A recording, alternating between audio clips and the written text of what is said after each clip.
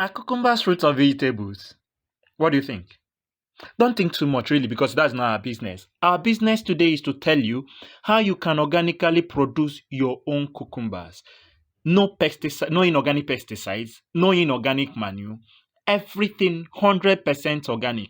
Just jump in, really. These beauties you're seeing here, I'm going to show you how you can produce them organically. And if you stick to the very end, I'm going to give you my secret ingredients on how you can produce your own organic pesticide that is going to drive away every pest and disease that a cucumber faces. Trust me, this is my field. I'm a cucumber farmer. I've been doing this for a lot of years, and I'm here for the first time really to tell you how we produce these things organically. These beauties you see there, how we produce them organically. Just stick to the very end. I'm going to walk you by the hand, step by step, every step of the way. Just stay here, and then at the very end, please subscribe. You can hit the subscribe button now. Also, really, we really need you to subscribe so that you can get more of these informations that are coming your way.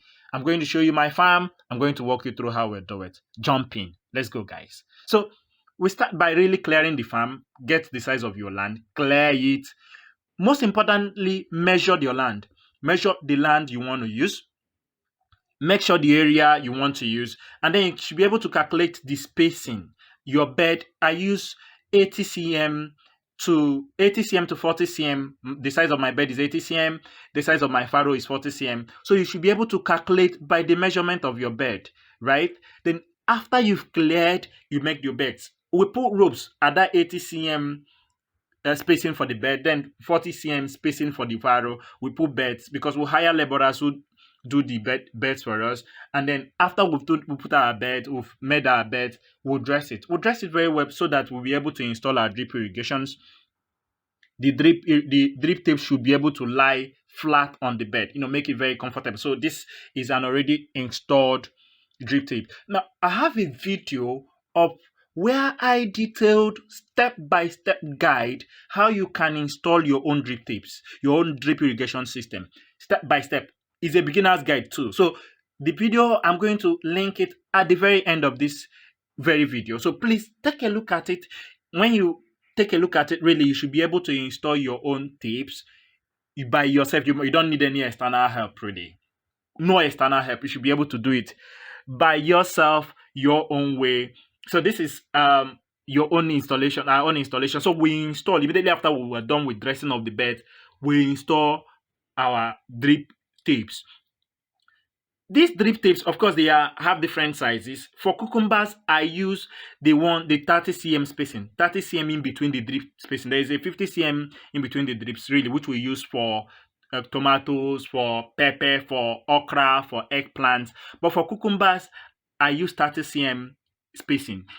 The 30 cm spacing makes me plant more on a bed. So I use raised bed, as you can see there. So the 30 cm gives me the advantage, so I can plant more on one particular bed than when I use 50 cm, of course. So, and when it's important you measure, you should be able to know how many seeds you are going to, how many sachets of seeds you will need. Of course, this reminds me of when we used to water before we started the installation, before we started using the drip tapes. How far we've gone. Yeah, this was the early stage of the farm when we used to use the hose to just water our farm.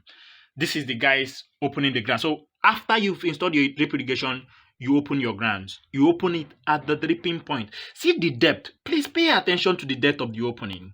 1 shovel deep, so that you put enough of the manure. This will pour manure inside it. Like you can see there now, we are putting our manures, filling those holes with manure. I really enjoy using cow droppings and poultry droppings. Most importantly, I love poultry droppings when I can find them. Poultry droppings, they have more of the nitrogen, which is most times what our soil really here needs or lacks. Nitrogen. Potassium will produce our potassium ourselves through burning our wood. I will show you where we produce our potassium. I think one of the videos I will do, I will make a detailed way process how we produce our own potassium.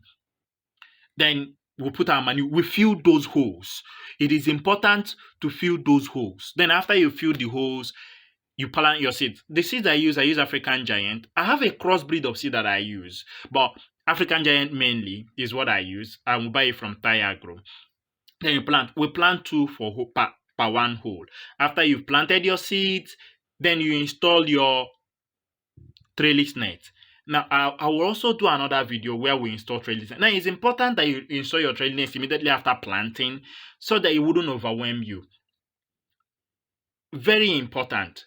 Install your trellis net immediately after planting. Trellis net, of course, is better than the former ones we use. Okay, yeah, here is the former one we use. We use the ropes to tie the cucumber and then stake it. But with trellis net, it's easier to install very quick. You can install quickly. Now, it's also important that I tell you here that when you want to plant cucumbers, plant in batches, 2 weeks apart. This will give you access to producing cucumbers every other 4 days. Every other 4 days, once the first one starts